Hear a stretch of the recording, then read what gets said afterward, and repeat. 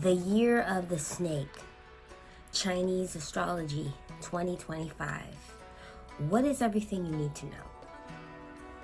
Well, for starters, January 29th is the beginning of the Year of the Snake. And this is based on the lunar cycle.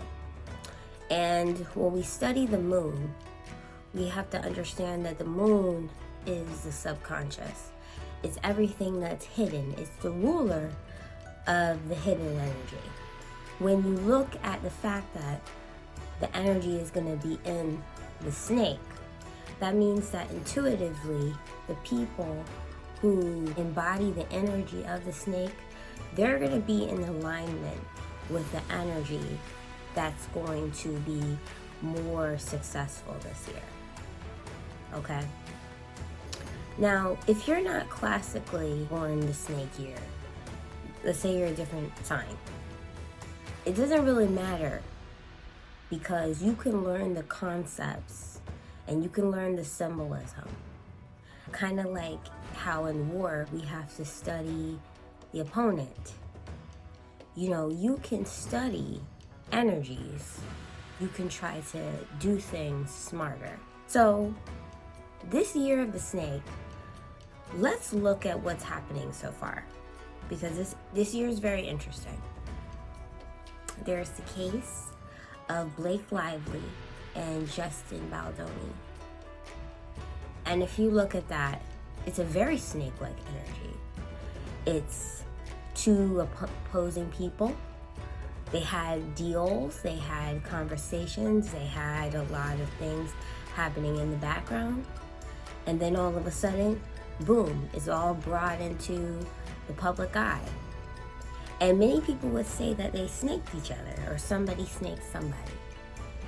And now it's exposed. It's exposed for the world. And now people have opinions. Some people are on her side, some people are on his side. I say not to pick a side. That's what smart people do. They don't pick sides. They just watch and learn in silence. We're seeing how that's playing out. And I think that the person that's the most cunning is the person that's going to win that case. The person that was, from the very beginning, always prepared for the worst situation or the best situation. Those are the people who are going to win this game.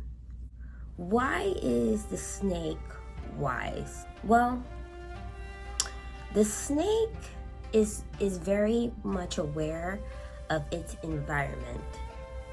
And the snake is very much aware of where it's vulnerable. So the snake is not a creature that trusts anybody and that allows anybody to be around it. If you get too close to the snake, it will get defensive and it will tell you to back off. It doesn't immediately attack either. It's very patient. It's very patient with how it flags you to leave. And if you test it, the snake will attack and their venom will poison you. And now all of a sudden, the snake is the bad one. You know?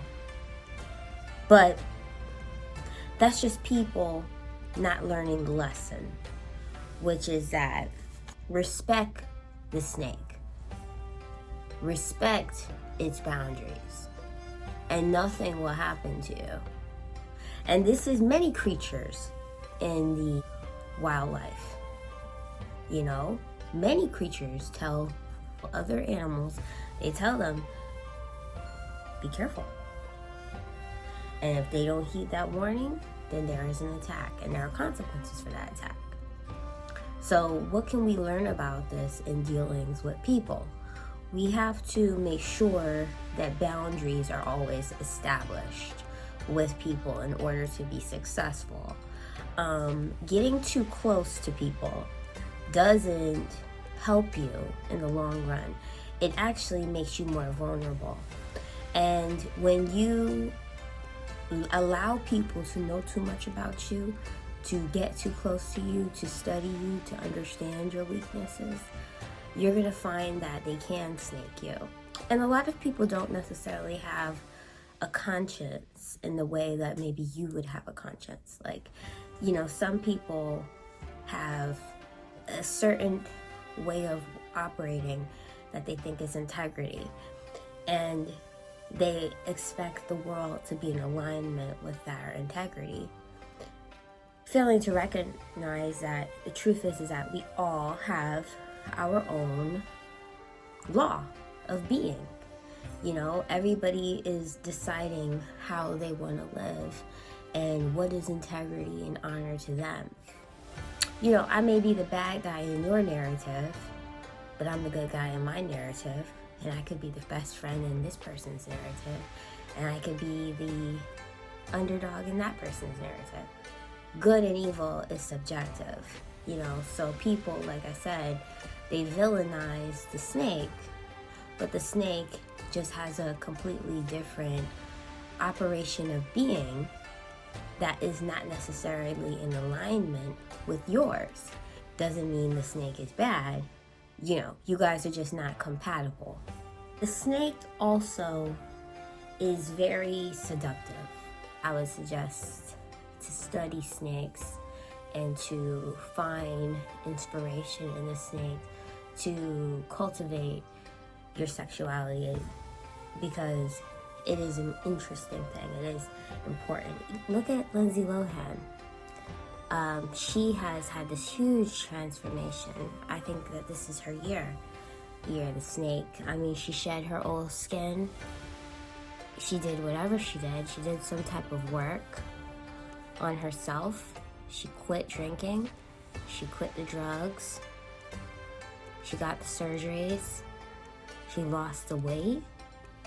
And now here she is, a reinvented version of herself.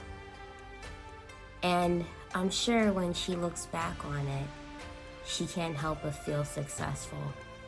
So many people doubted her. So many people thought that she wasn't going to be anybody. And she proved them wrong. She proved that she still had time, and she proved that she could change. And here she is now, and it's almost like she was 19 again. And it looks like she has a successful future ahead of her. All she has to do is stay on this track and be consistent. Women have studied the snake in order to discover how to move their body to seduce. You know, what makes a woman look seductive?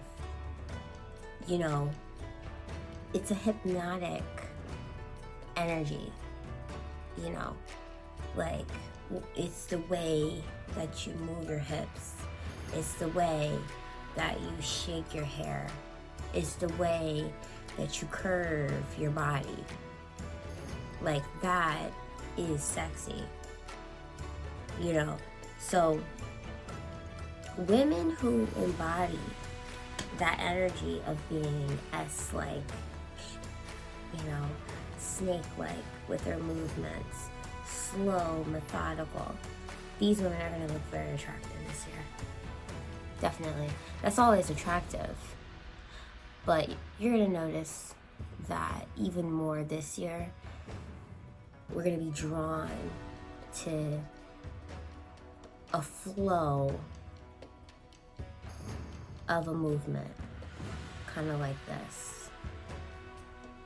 Okay? Even if you're a man, I think that the most attractive men are usually patient, slow, intuitive, methodical men. They tend to be the hottest ones, you know. They're not the ones that are running after girls and that are so obvious what they want. You know, the hottest guy is the guy who doesn't look like he's interested in anybody. You know, the hottest guy is so oblivious to women, we can't tell who he likes. We can't tell if he likes the hot blonde. We can't tell if he likes the Latina. We can't tell if he likes the brunette. We can't tell if he likes the black girl. We can't tell what he wants. You know, he's so, like, men that are seductive are very, like, in control of their facial expressions. And they're in control of, like, what they want. You know, if a man is in control of what he's attracted to, you know, he's definitely gonna get it. Because I think that, especially with women that are highly desired, those women, you have to be very, like, you have to be very intuitive to attract women that are desired by every guy. Because if you're too obvious, she's just gonna treat you like you're everybody, which means she's gonna treat you like you're nobody. Okay? So men who are gonna be the most attractive are gonna be the men who are seemingly standoffish, who are seemingly, you know, also kind of in control of his movements, in control of the way that he moves. Very stoic men. Those are gonna be the hottest guys. Here we are at the final cut, guys. And let's talk about the most important part about understanding the snake year. The snake year. Transformation is the most important part of the snake year. You're gonna find that the people who can let go of the old habits, bad habits, the things they used to do that's no good anymore, that's not useful anymore, the people who can be like the snake and shed the old deteriorated skin and come back out with a fresh new skin are going to be successful. The people who can reinvent themselves are going to be successful. The people who are going to level up, they're going to be successful. You know, just the people who improve, show true self-improvement, they're going to be successful.